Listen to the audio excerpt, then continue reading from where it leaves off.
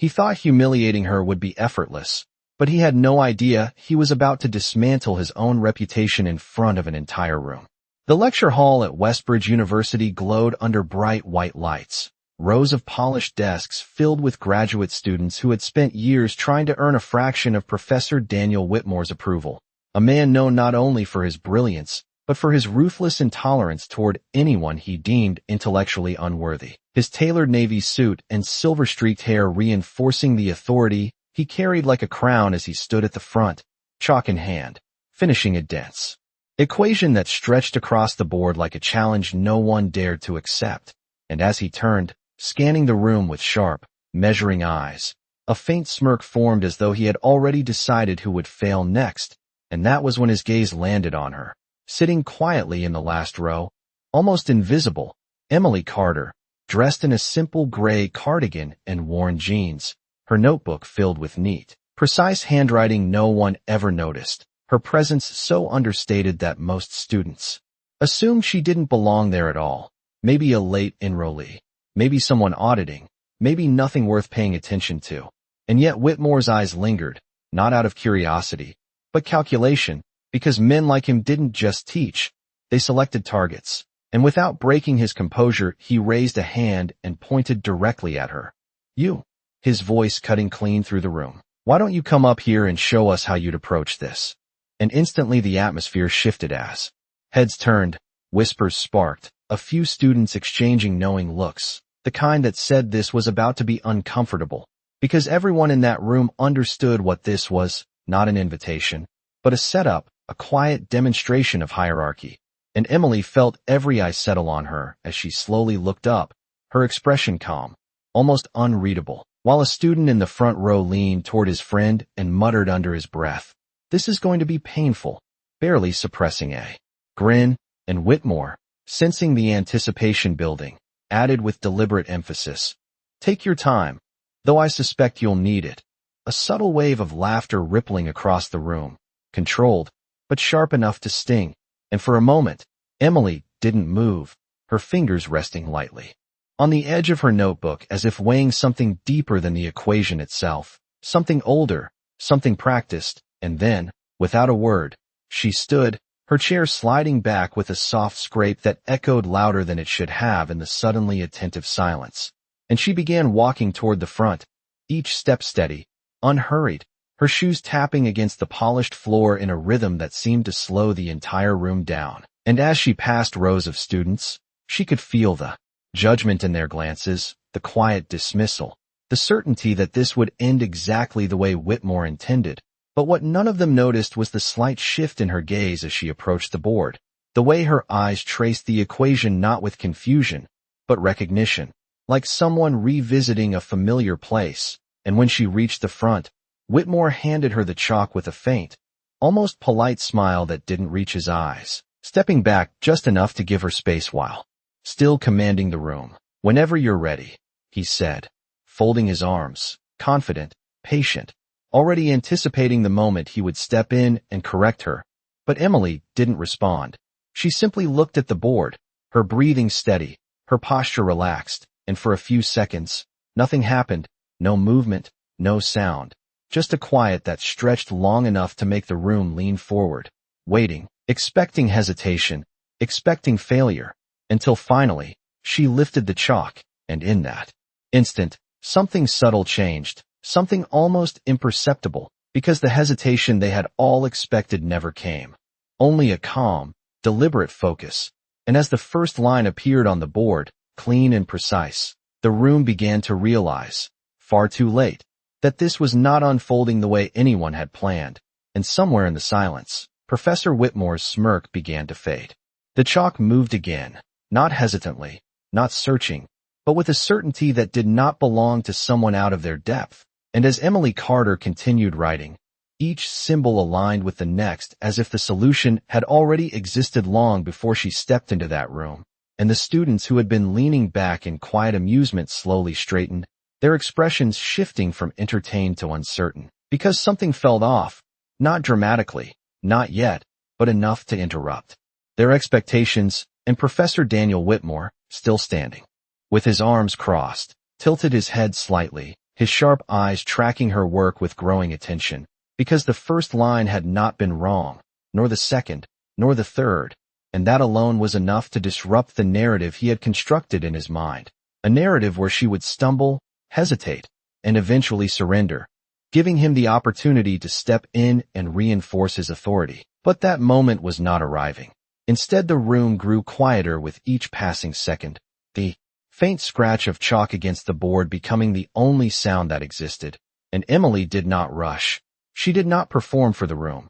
She simply worked, her movements economical, her posture steady, her focus absolute, and somewhere in the middle rows, a student who had previously smirked now leaned forward, brows furrowed, whispering under his breath, "Wait, that is not the standard approach." And his friend did not respond, because he was seeing it too.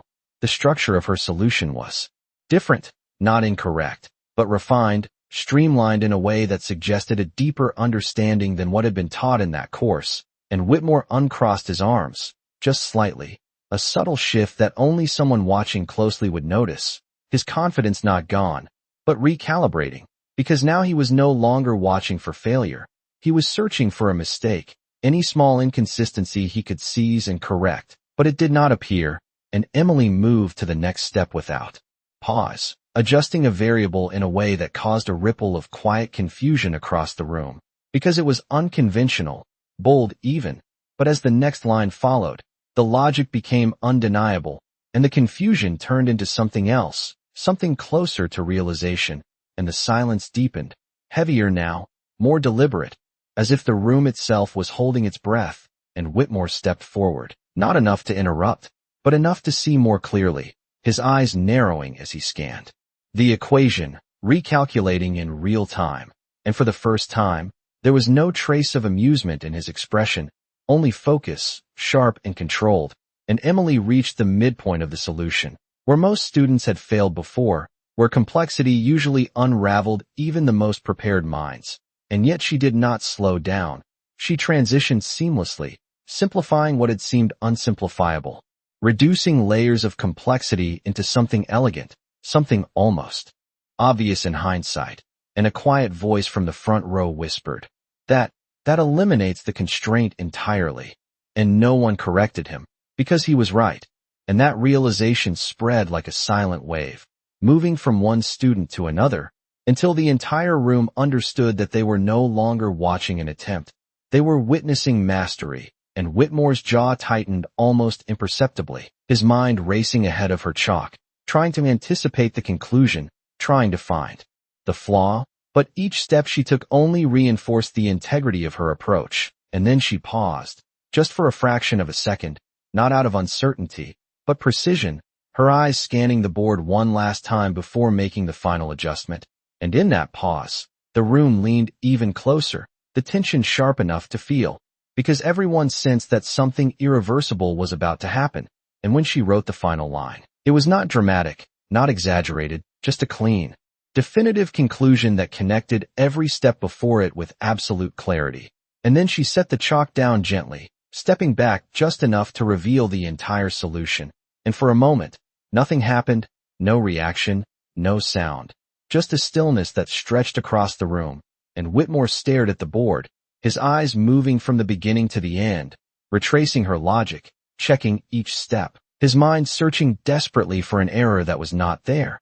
And the longer he looked, the more the truth settled in, not loudly, not all at once, but quietly, undeniably, and somewhere behind him, a chair shifted as a student adjusted in disbelief, and another exhaled softly, as if releasing something they did not realize they had been holding. And Emily stood there without expression, her hands resting calmly at her sides, not seeking approval, not waiting for validation, simply present, and the room, once filled with quiet judgment, now held something entirely different. Something unfamiliar, because the hierarchy they had trusted, the certainty they had believed in, had just been rewritten in a matter of minutes, and no one knew what to say. Professor Daniel Whitmore did not speak immediately, and that silence carried more weight than any words he could have chosen, because for the first time in years, he was not in control of the narrative unfolding in his own classroom, his eyes still fixed on the board as if staring long enough might reveal a hidden flaw that would restore order. But the longer he looked, the more undeniable the truth became. Every line connected, every transformation justified, every assumption precise.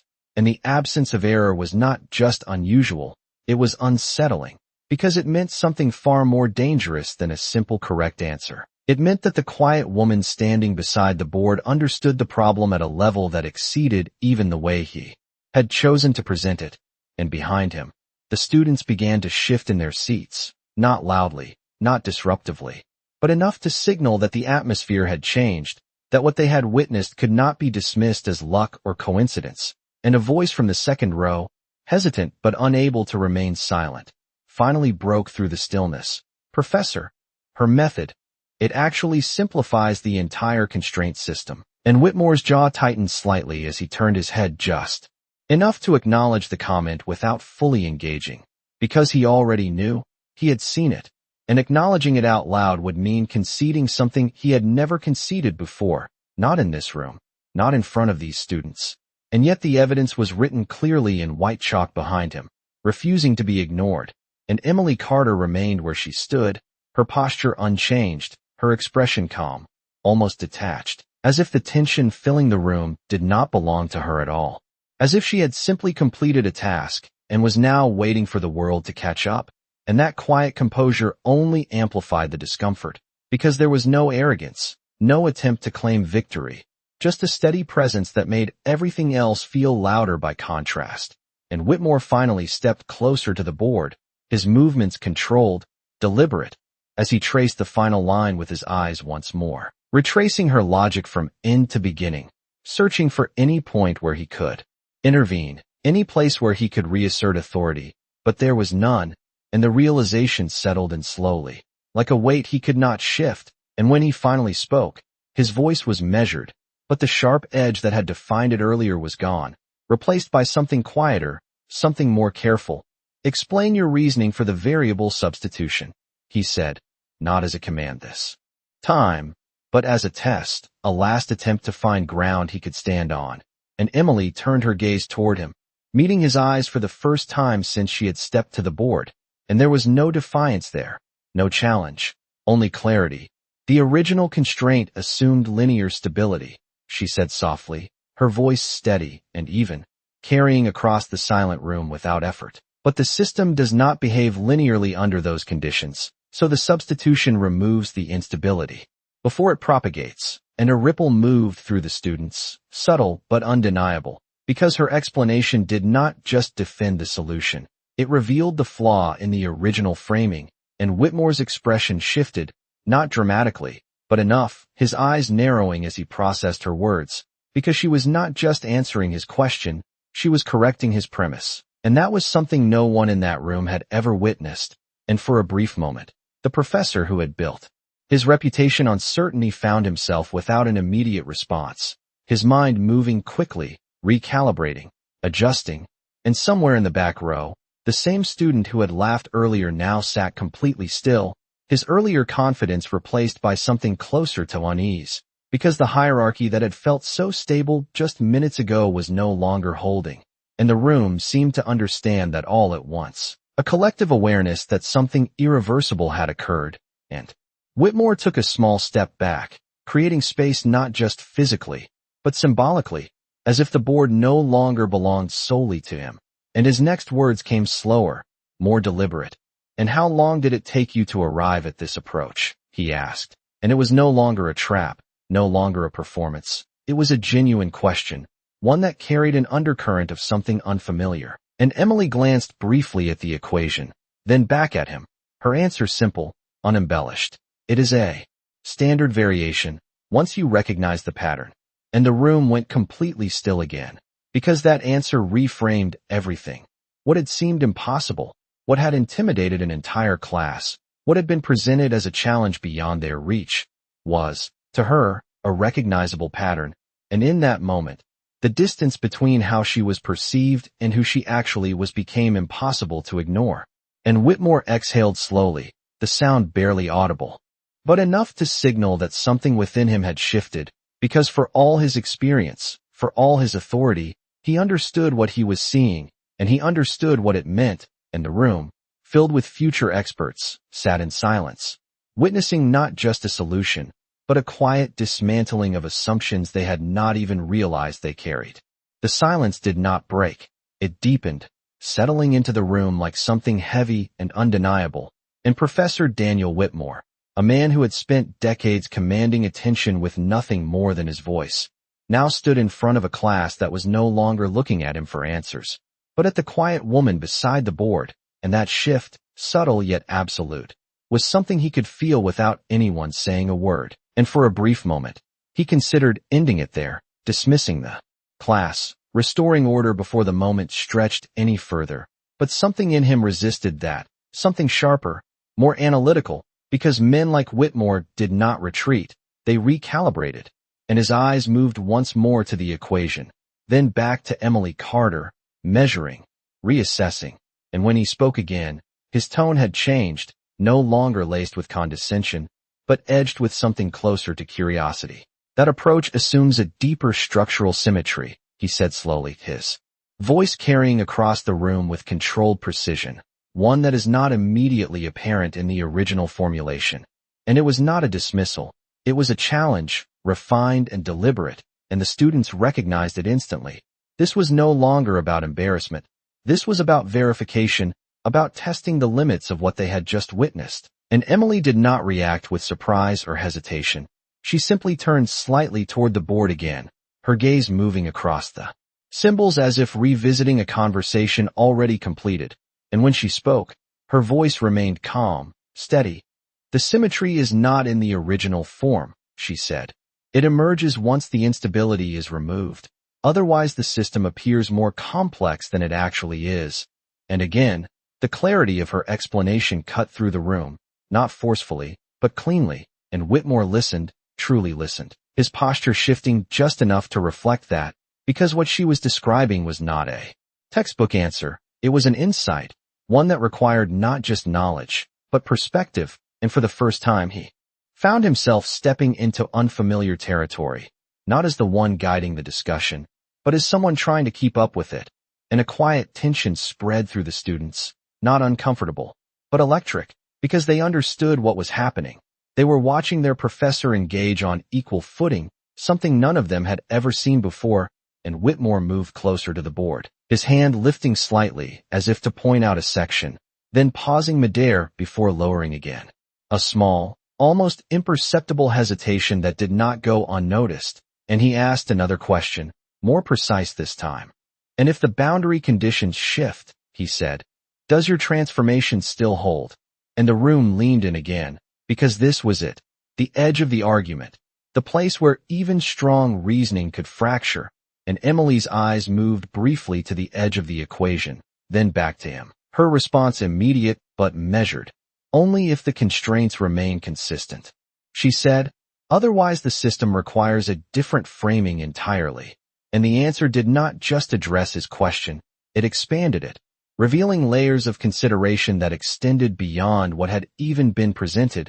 And Whitmore's expression changed again, not dramatically, but enough, his focus sharpening as he absorbed the implication, because she was not just solving the problem, she was redefining the conditions under which it existed.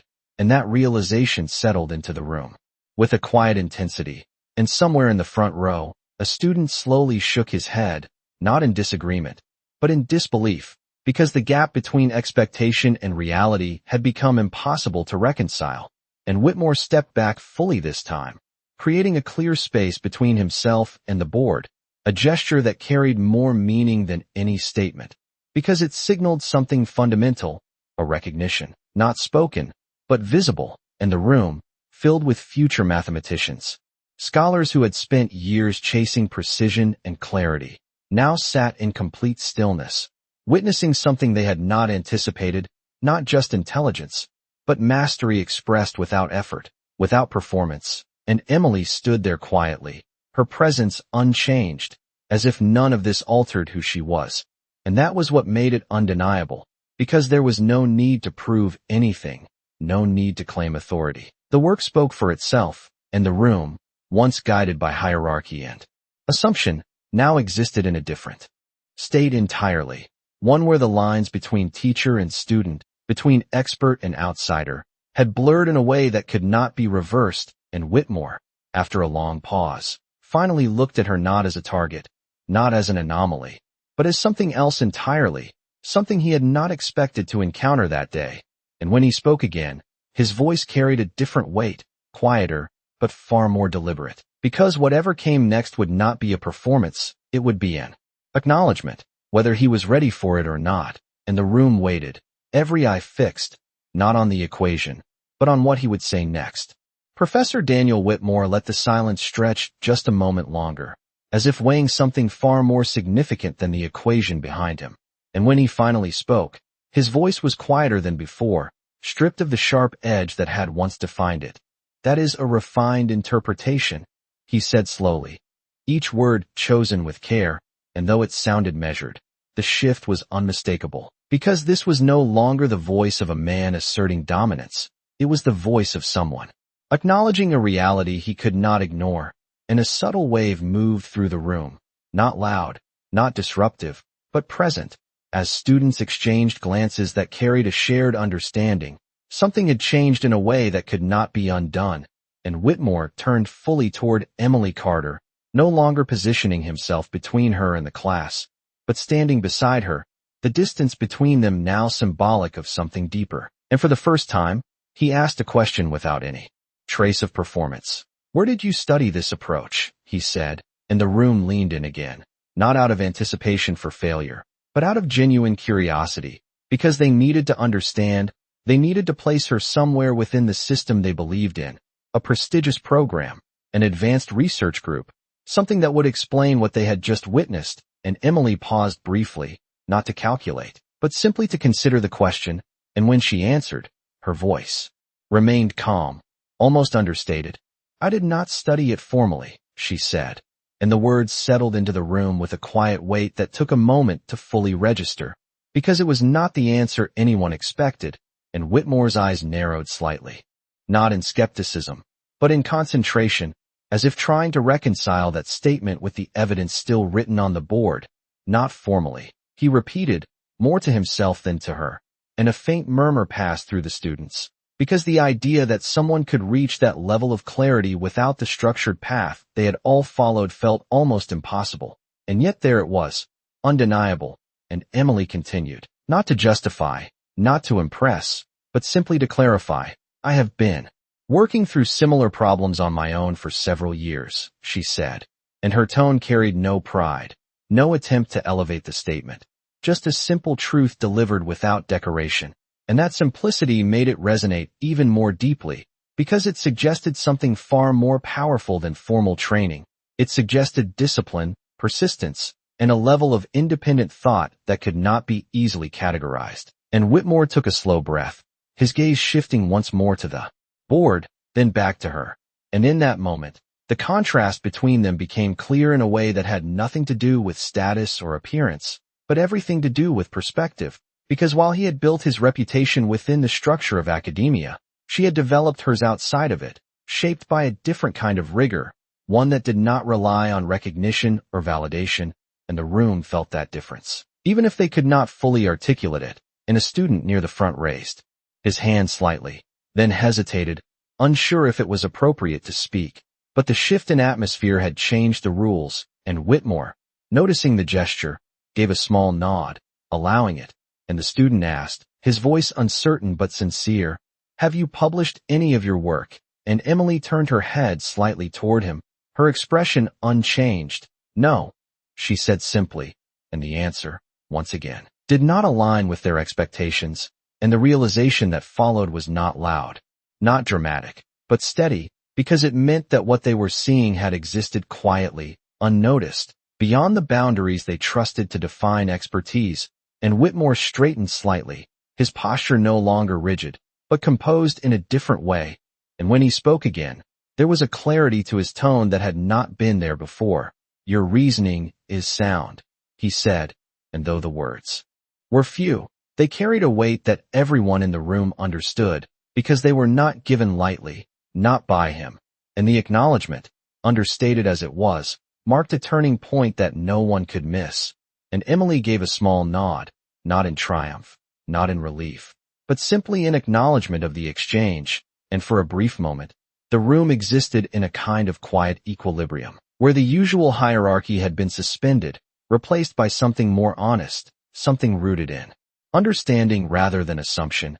And Whitmore glanced once more at the board, then back at the class, and there was a subtle shift in his expression, something reflective, almost contemplative, as if he were seeing the space differently than he had before, and the students, who had arrived expecting a lesson in advanced mathematics, now found themselves part of something else entirely, something that extended beyond equations and into the way knowledge itself was recognized and valued. And as the moment settled, one truth remained clear, not spoken, but felt by everyone in that room, that brilliance does not announce itself, it does not demand attention, it simply reveals itself when given the chance, and in that quiet revelation, everything else is forced to adjust. The room did not return to normal. It could not, because something fundamental had shifted, and even as the students sat quietly in their seats, there was a new awareness in the air, a quiet recognition that what they had just witnessed was not an isolated moment, but the surface of something much deeper, and Professor Daniel Whitmore seemed to understand that as well, because instead of moving on with the lecture as he usually would, he remained where he stood, his gaze drifting once more toward the board, then back to Emily Carter, as if he were still recalibrating the framework through which he saw her. And after a brief pause, he spoke again, his tone no longer testing, no longer probing for weakness, but genuinely deliberate. "There is a secondary implication in your transformation," he said, turning slightly to face the class as well.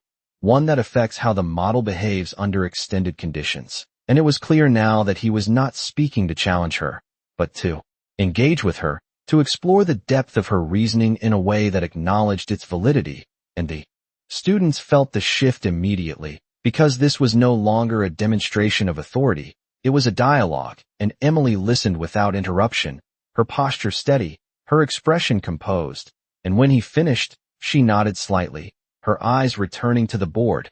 "Yes," she said. "The system stabilizes differently over time." And she stepped forward again, reaching for the chalk with the same quiet confidence as before, and as she began to write, the room leaned in once more, not out of doubt, but out of anticipation, because now they understood that every line she added would reveal something worth seeing, and her movements were just as precise, just as controlled. But there was a subtle difference now, not in her technique, but in the way the room received it, because where there had once been skepticism, there was now attention, focused and respectful, and as she extended the solution, introducing a new layer of reasoning that connected the original problem to a broader framework, a low murmur of recognition moved through the students, because this was not just solving, this was expansion, and Whitmore watched closely, his expression thoughtful, his earlier certainty replaced by a kind of measured curiosity that did not diminish him, but revealed a different dimension of his character, one that had perhaps always been there beneath the surface, waiting for something worthy enough to bring it forward. And Emily completed the additional steps with the same clarity, stepping back once more as the full scope of the solution came into view, and for a moment, the room simply absorbed it, the silence no longer heavy, but reflective, as if everyone present was recalculating their own understanding in real time, and a student near the center of the room slowly raised his hand, this time without hesitation, and when Whitmore nodded, he spoke with a tone that carried both respect and disbelief. "This approach, it could apply to other models we have studied." And Emily turned slightly toward him, considering the question. "It can," she said, "but only if you recognize the underlying structure first." And the simplicity of her answer carried a quiet weight, because it suggested that the limitation had never been the problem itself, but the way it was perceived, and Whitmore allowed that statement to settle before speaking again, his voice steady. "Most people do not see it that way," he said. And there was no defensiveness in his tone, only acknowledgement, and Emily met his gaze briefly, her response just as calm. "Most people are not looking for it."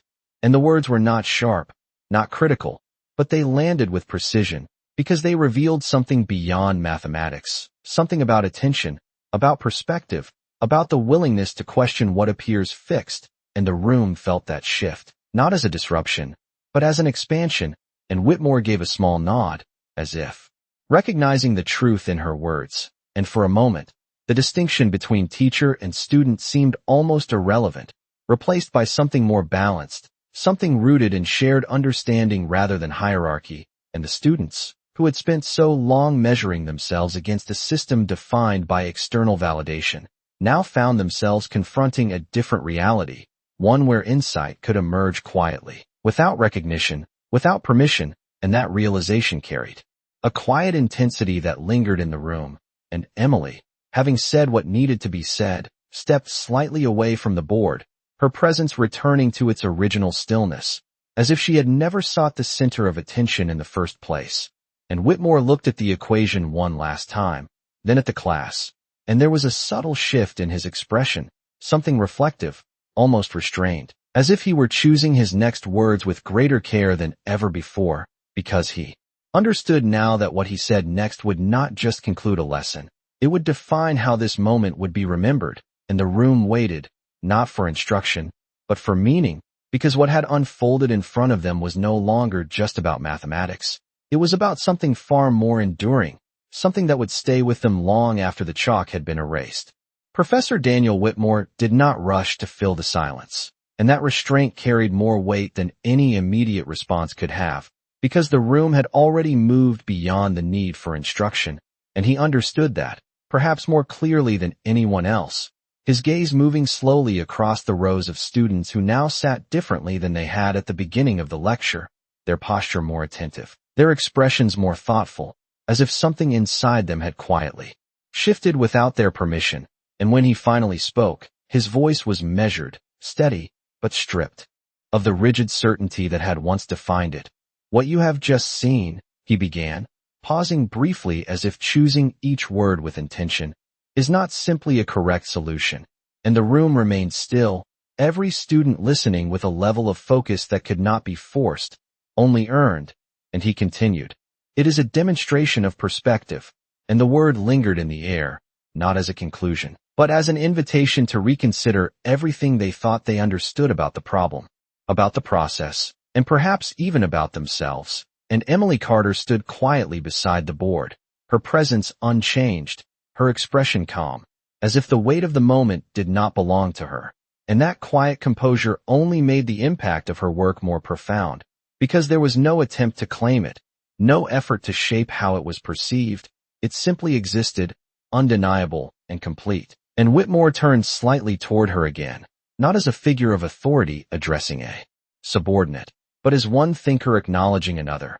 And there was a subtle shift in his posture, almost imperceptible, but meaningful, as if the space between them had been recalibrated in a way that words alone could not fully express.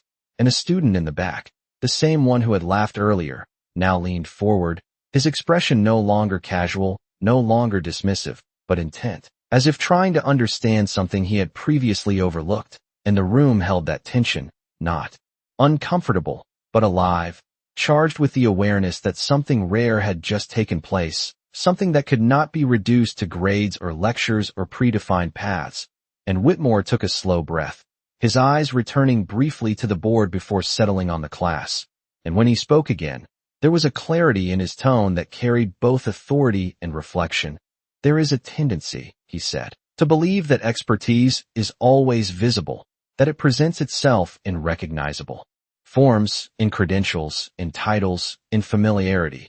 And as he spoke, a few students shifted slightly, not in disagreement, but in recognition, because they had all, in some way, relied on those markers to navigate their understanding of the world. And he continued, "But what you witnessed today challenges that assumption." And the statement was simple, but its implication was not, because it required them to reconsider the framework through which they evaluated not just problems, but people.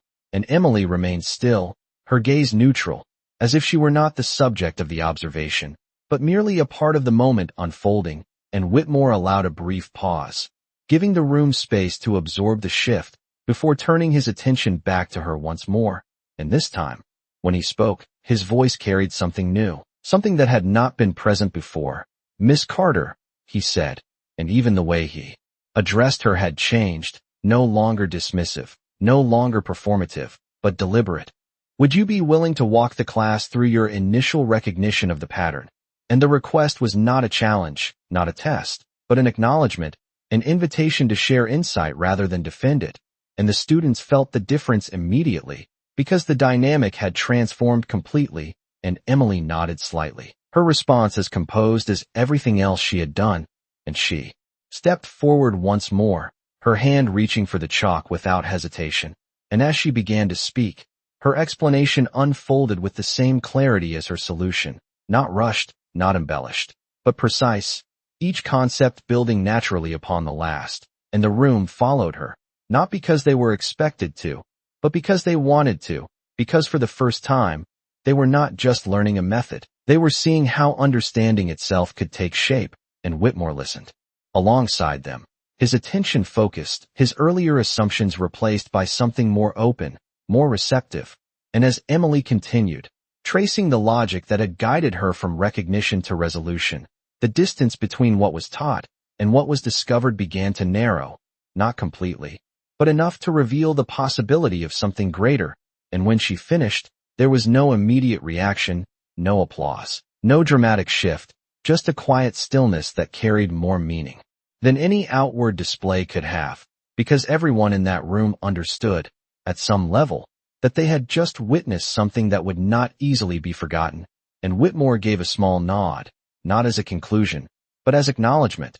And in that simple gesture, the entire dynamic of the room settled into a new equilibrium, one defined not by authority alone, but by respect, earned in the quietest, most undeniable way possible.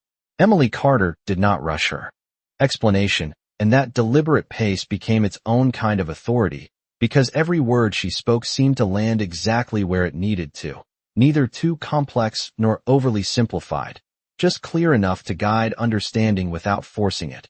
And as she continued tracing the structure of the problem from its earliest assumption to its final transformation, the students began to see something they had missed before, not in the equation itself, but in the way it was approached, because what she revealed was not just a method, it was a mindset, one that looked past the surface complexity and searched for the underlying pattern that held everything together. And that realization moved quietly through the room, not as a sudden breakthrough, but as a gradual shift in perspective, like adjusting focus on a lens that had been slightly misaligned.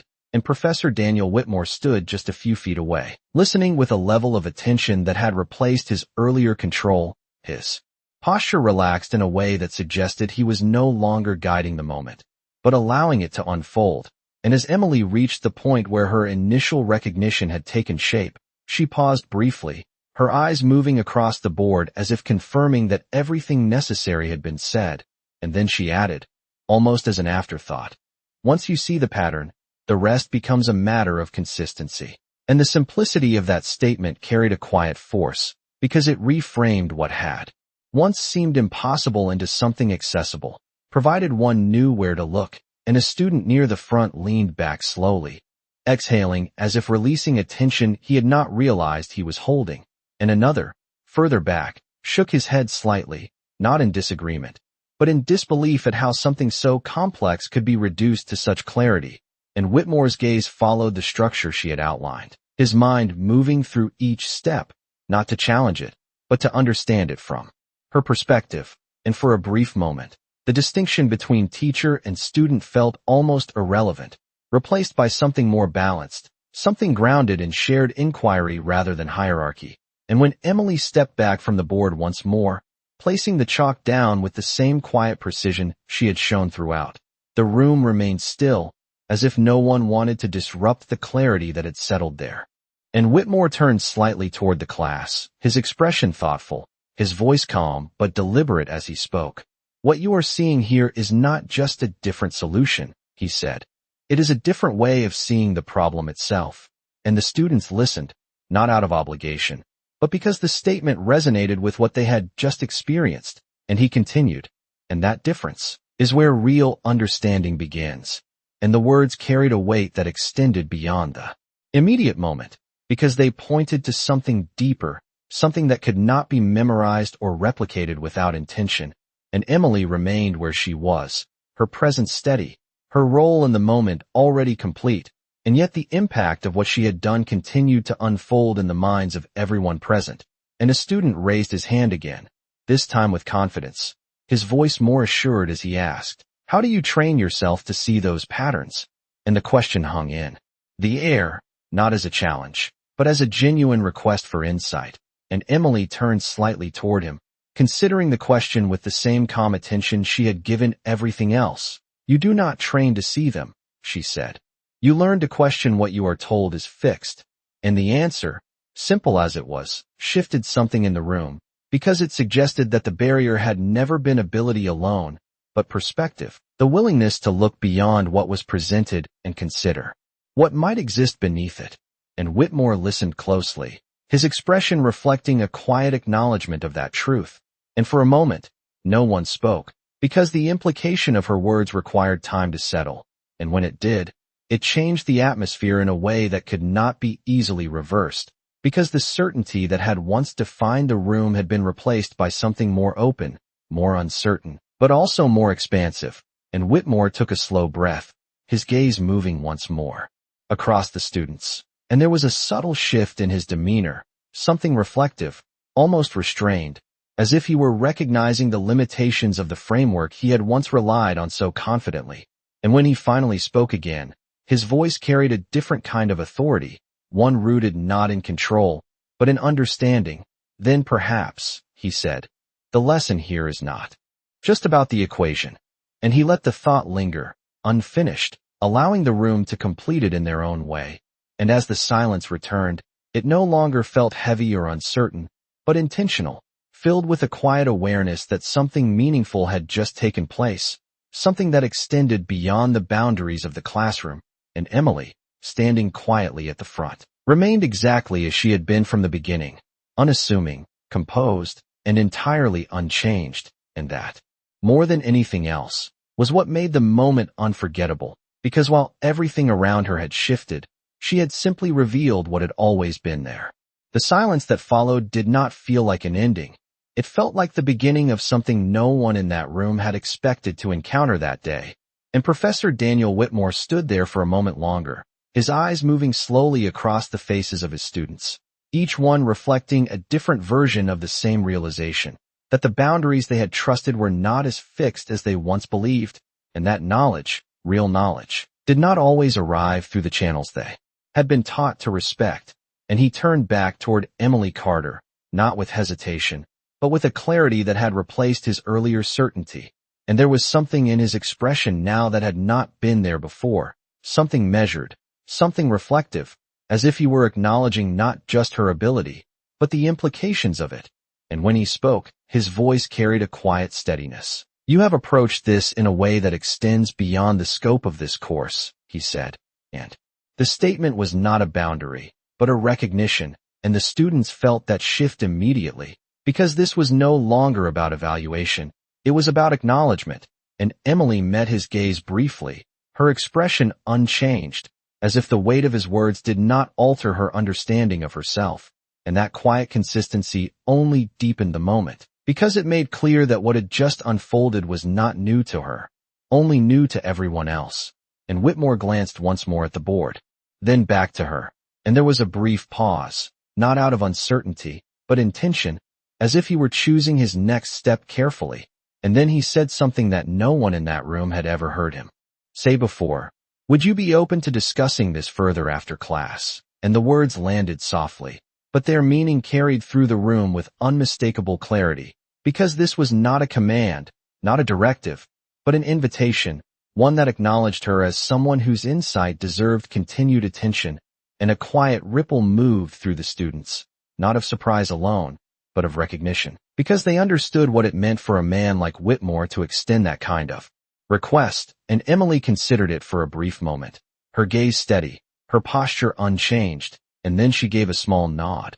"Of course," she said, her voice calm, and the simplicity of her response matched everything else about her presence, unforced, unremarkable in tone, yet impossible to ignore in impact. And Whitmore nodded once in return, not as a conclusion, but as a mutual understanding. And then he turned back toward the class, his attention widening once more, and for a moment, it Seemed as though he might resume the lecture as planned, return to the structured progression of the course, but instead, he paused, his gaze lingering on the equation that now carried more meaning than it had when he first wrote it, and when he spoke again, his voice carried a different kind of authority, one that did not rely on certainty, but on reflection. There are moments, he said, when a problem reveals more than its solution, and the room remains still, every student listening with a level of focus that came not from expectation, but from understanding, and he continued, today was one of those moments, and the statement was simple, but it carried a weight that settled into the room with quiet finality, because it marked the experience as something significant, something worth remembering beyond the context of the class itself, and Emily stepped slightly away from the board, her role in the moment complete, her presence returning to the quiet stillness with which she had entered, and the contrast between where she had started and where she now stood was not visible in her demeanor, but it was undeniable in the way the room perceived her, because she was no longer invisible, no longer overlooked. She had become a reference point, not through assertion, but through clarity, and the students, who had once measured themselves against a fixed standard, now found that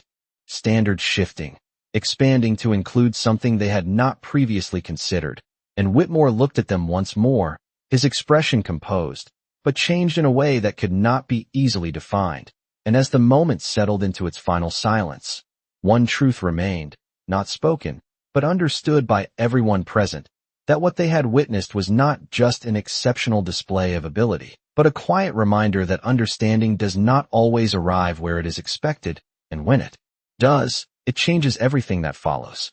The class did not erupt into applause, it did not dissolve into noise. Instead, it held on to the silence as if breaking it would diminish what had just taken place, and Professor Daniel Whitmore allowed that silence to remain intact, understanding now that not every moment required his voice to define it. And as he stepped slightly away from the board, his attention shifted from the equation to the students, each of them sitting with a different expression, some thoughtful, some unsettled, some quietly inspired, but none untouched by what they had witnessed, and that alone marked a departure from anything that had happened in that room before. And Emily Carter, having stepped back from the center, moved with the same quiet presence she had carried from the beginning, returning toward her seat without drawing attention to herself, as if the entire moment had been nothing more than a brief interruption in her day. And yet every step she took seemed to echo more loudly now, not because of the sound, but because of what it represented, a shift in perception that no one could ignore. And as she reached her seat, the students around her instinctively adjusted, not dramatically, but enough to create space, not out of distance, but out of recognition, and she sat down, her posture relaxed, her expression unchanged, as if nothing about her had altered, and that was what made it impossible to dismiss, because while everything around her had shifted, she had remained exactly the same. And Whitmore watched this quietly, his gaze following the subtle change in the room. And for a brief moment, there was something reflective in his expression, something that suggested he was not just observing the students, but reconsidering his own role within that space. And when he finally spoke again, his voice carried a different tone, one that was steady, but no longer rigid. "We will continue," he said, but the words did not feel like a return to routine. They felt like an acknowledgement that the routine itself had been altered, and he turned back toward the board, picking up the chalk once more, but there was a noticeable pause before he began writing, as if he were aware that the equation no longer belonged solely to him, that it now carried the imprint of something beyond his original intent. And as he added a few lines, extending the discussion in a way that incorporated what had just been revealed, the students followed, but their attention had changed. It was no longer passive, no longer guided solely by expectation. It was active, engaged, shaped by the realization that understanding could come from unexpected places, and Whitmore's explanation, while still precise, now carried a subtle openness, an acknowledgement that there were perspectives beyond his own that held value, and that shift, though quiet, redefined the dynamic of the room. And as the minutes passed, the lecture continued, but it no longer felt like the same class, because the foundation had shifted, and every concept that followed seemed to carry an unspoken question. What else had they overlooked? What else existed just beyond the way they had been taught to see? and Emily remained silent, her focus returning to her notebook, her pen moving steadily across the page as she wrote, not seeking attention, not engaging with the subtle glances that still found their way toward her, simply continuing as she always had. And that consistency became its own kind of statement, because it made clear that what had happened was not an exception. It was an expression of something she carried with her at all times. And Whitmore, though he continued teaching, found his attention returning to her more than once, not out of doubt, but out of recognition, as if he were trying to understand the full scope of what he had encountered, and the class, once defined by a clear hierarchy, now existed in a more complex balance, one where respect was no longer assumed, but earned, and where certainty had been replaced by curiosity. And as the session drew closer to its end, the energy in the room remained steady, not fading, but settling into something more grounded, something that would carry beyond the walls of that lecture hall. And when Whitmore finally set the chalk down again, signaling the conclusion of the class, he did not rush to dismiss them. Instead, he paused, his gaze moving once more across the students, and then, almost without intention, toward Emily. And in that brief moment, there was a quiet acknowledgement, not spoken, not formalized, but understood, that what had taken place was not simply a disruption, but a redefinition. And as the students began to gather their things, their movements quieter than usual, more deliberate, the room did not return to what it had been, because something within it had changed, something that could not be undone. And as Emily closed her notebook and prepared to leave, there was no sense of conclusion, only the beginning of something that had yet to fully reveal itself. The sound of chairs shifting and bags being gathered slowly filled the room, but even that familiar end-of-class noise felt different now, softer, more restrained, as if no one wanted to fully break the atmosphere that had settled over them. And Professor Daniel Whitmore remained at the front, not moving immediately, his hand resting lightly against the edge of the desk as his gaze followed the students preparing to leave. And there was a subtle pause in his posture, something reflective, something that suggested he was not simply concluding a lecture, but processing a moment that had quietly reshaped the space around him.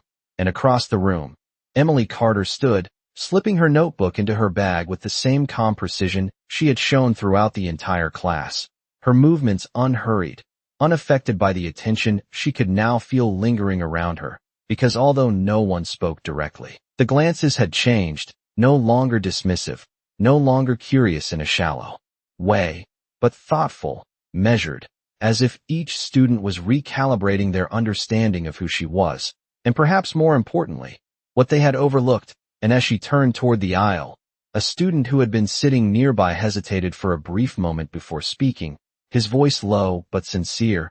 That was impressive, and the words were simple, almost understated, but they carried a weight that had not existed before, because they were no longer based on assumption, but on recognition. And Emily paused just long enough to acknowledge him with a small nod, her expression calm. "Thank you," she said, and then continued toward the exit, not seeking further conversation, not lingering in the moment, just moving forward as if nothing about her path had changed, and yet everything around her suggested otherwise. And near the front of the room, Whitmore straightened slightly as the last of the students began to filter out, his attention shifting toward her, and there was no hesitation in his movement now as he stepped away from the desk, closing the distance between them with a quiet sense of purpose. And when he spoke, his voice was measured, respectful in a way that did not diminish his authority, but redefined it. "Miss Carter," he said, and she stopped, turning toward him with the same steady composure. And for a brief moment, the room seemed to hold its breath again, not because of tension, but because of the significance carried in something as simple as a conversation that would not have existed an hour ago. And Whitmore met her gaze directly, no trace of the earlier condescension remaining, only clarity. "I would like to understand more about how you approach these problems," he said, and the statement was not framed as a demand, not even as a formal request, but as an acknowledgement of value. And Emily listened, her expression unchanged, as if the question itself did not alter her sense of self. And after a brief pause, she responded, "It is not a method I can easily describe," she said, her voice calm. "It is more about how I look at the structure before I decide what it is." And Whitmore nodded slightly, absorbing her words, because they did not offer a simple answer, but they pointed towards something deeper, something that could not be reduced to a formula or taught in a conventional way. And for a moment, neither of them spoke, the quiet between them no longer uncomfortable, but reflective. And in that silence, the shift that had taken place in the classroom became even more apparent, because it was no longer confined to the lesson. It had extended into the way they now regarded each other. And Whitmore finally spoke again, his tone steady. "There is a research group that meets on Thursdays," he said. "We examine problems that do not always have clear solutions." And he paused briefly, as if considering the weight of what he was about to say. "I think you would find it relevant." And the invitation was subtle, but unmistakable, and the significance of it lingered in the air, because it represented an opening into a space that was not easily accessible, a recognition that extended beyond the classroom and into the broader world of academic inquiry. And Emily considered it for a moment, her gaze steady, her posture unchanged. And then she gave a small nod. "I will think about it," she said, her response neither eager nor dismissive, just measured. And Whitmore accepted that with a slight incline of his head, understanding that her answer carried its own kind of certainty. And as the final students exited, the room grew quiet once more, the echoes of what had happened still present in a way that could not be erased. And Emily turned toward the door again, her steps as steady as before, and as she walked out of the lecture hall, there was no dramatic shift, no visible transformation, just the quiet continuation of someone who had never needed recognition to define her worth. And behind her, Whitmore remained standing for a moment longer, his gaze lingering on the now empty board, where the traces of her work still remained. And in that quiet space, he understood something that had not been part of his certainty before, that mastery does not always arrive with introduction, and when it does, it asks only one thing in return: to be seen for what it truly is. The hallway outside the lecture hall carried a different kind of noise, footsteps echoing across polished floors, distant conversations blending into a low hum.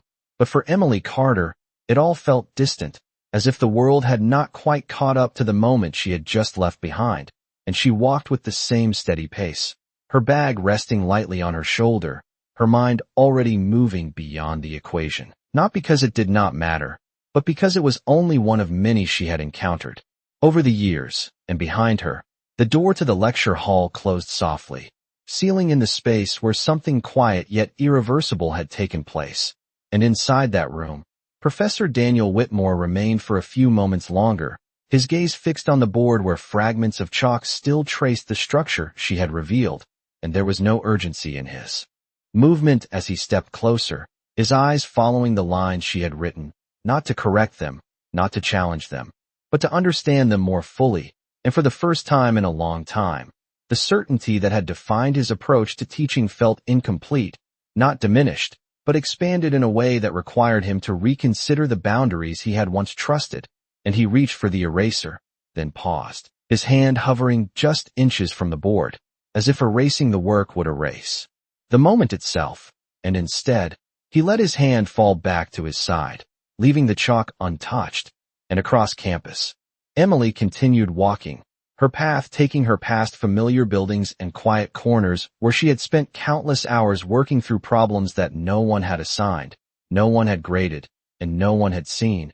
And those hours had shaped her in ways that could not be measured by titles or recognition. And as she moved through the late afternoon light, there was no sense of triumph, no replaying of the moment in her mind, only a quiet continuity, as if what had happened was simply an extension of what had always been true.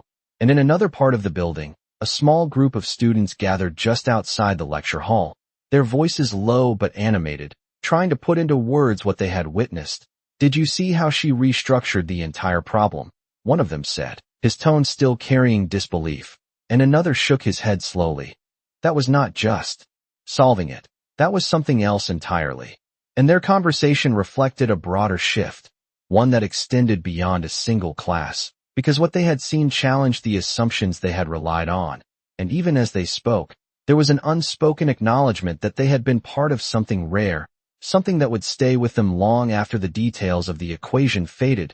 And back in the now quiet lecture hall, Whitmore finally stepped away from the board, his posture composed, but his expression thoughtful, and as he gathered his notes, there was a subtle change in the way he moved, less rigid, more deliberate, as if he were carrying something new with him, not just information, but perspective.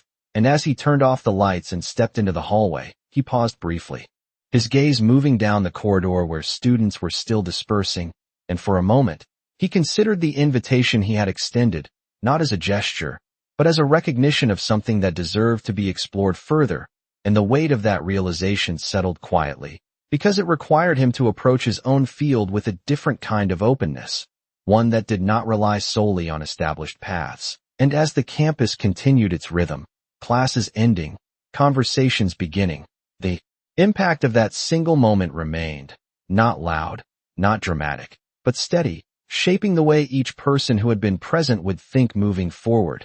And Emily, now nearing the edge of the quad, slowed slightly as she reached a bench she had passed countless times before, and for a brief moment, she paused, not out of reflection on what had happened, but simply to observe the quiet movement of the campus around her. And in that stillness, there was a sense of balance, because nothing about her had changed, and yet everything around her had shifted, and far behind her, in a classroom where the chalk still marked a different way of seeing, the echo of that shift remained, a quiet reminder that understanding does not always arrive through recognition, but when it does, it leaves something behind that cannot be undone, and those who witness it are never quite the same again. The campus settled into the quiet rhythm of late afternoon, sunlight stretching long across the pathways, students moving in smaller clusters now, their conversations softer, more reflective, as if the day itself had slowed to absorb what had unfolded. And Emily Carter remained seated on the bench at the edge of the quad, her hands resting lightly in her lap, her gaze drifting across the open space without urgency, without distraction, because for her, nothing had been disrupted, nothing had been altered in the way she understood the world, and that stillness, that quiet continuity, was what made everything else stand out so clearly, because while she remained the same, the world around her had shifted in subtle but undeniable ways. And inside the lecture hall, though the lights were now off and the room stood empty, the chalk markings still traced the outline of a moment that refused to fade, and Professor Daniel Whitmore, now walking slowly across campus, carried that moment with him in a way that was not visible, but deeply present, his posture composed as always, but his thoughts moving differently, no longer confined to the structures he had trusted for so long.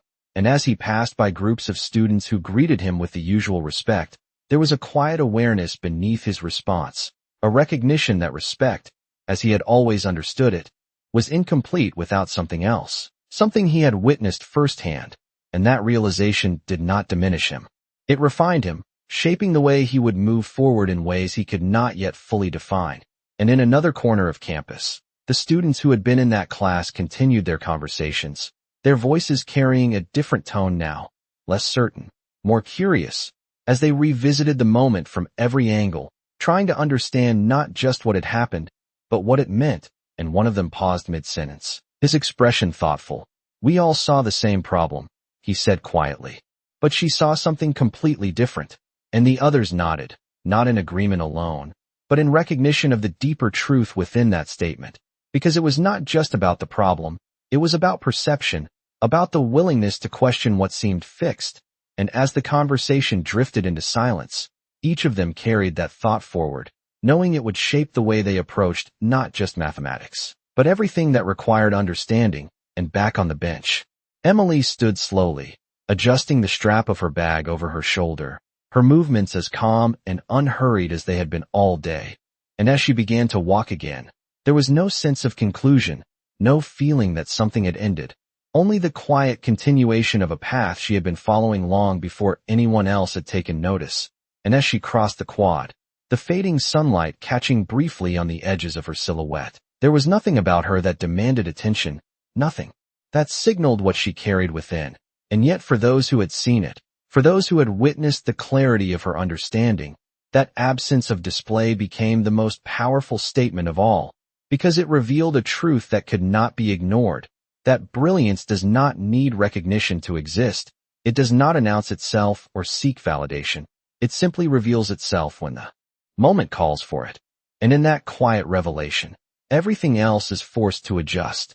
And as the day moved toward evening, the campus returning to its usual rhythm, the impact of that single moment remained, not loud, not dramatic, but steady, shaping the thoughts of those who had been present in ways they would carry long after the details had faded. And somewhere within that quiet shift, a simple understanding settled, one that did not need to be spoken to be felt, that respect is not granted by appearance or assumed through status. It is earned through understanding, and once it is truly seen, it cannot be taken away. And on that day, in a room filled with certainty, a quiet voice had revealed something far more enduring, and the world, for those who were paying attention, would never look the same again.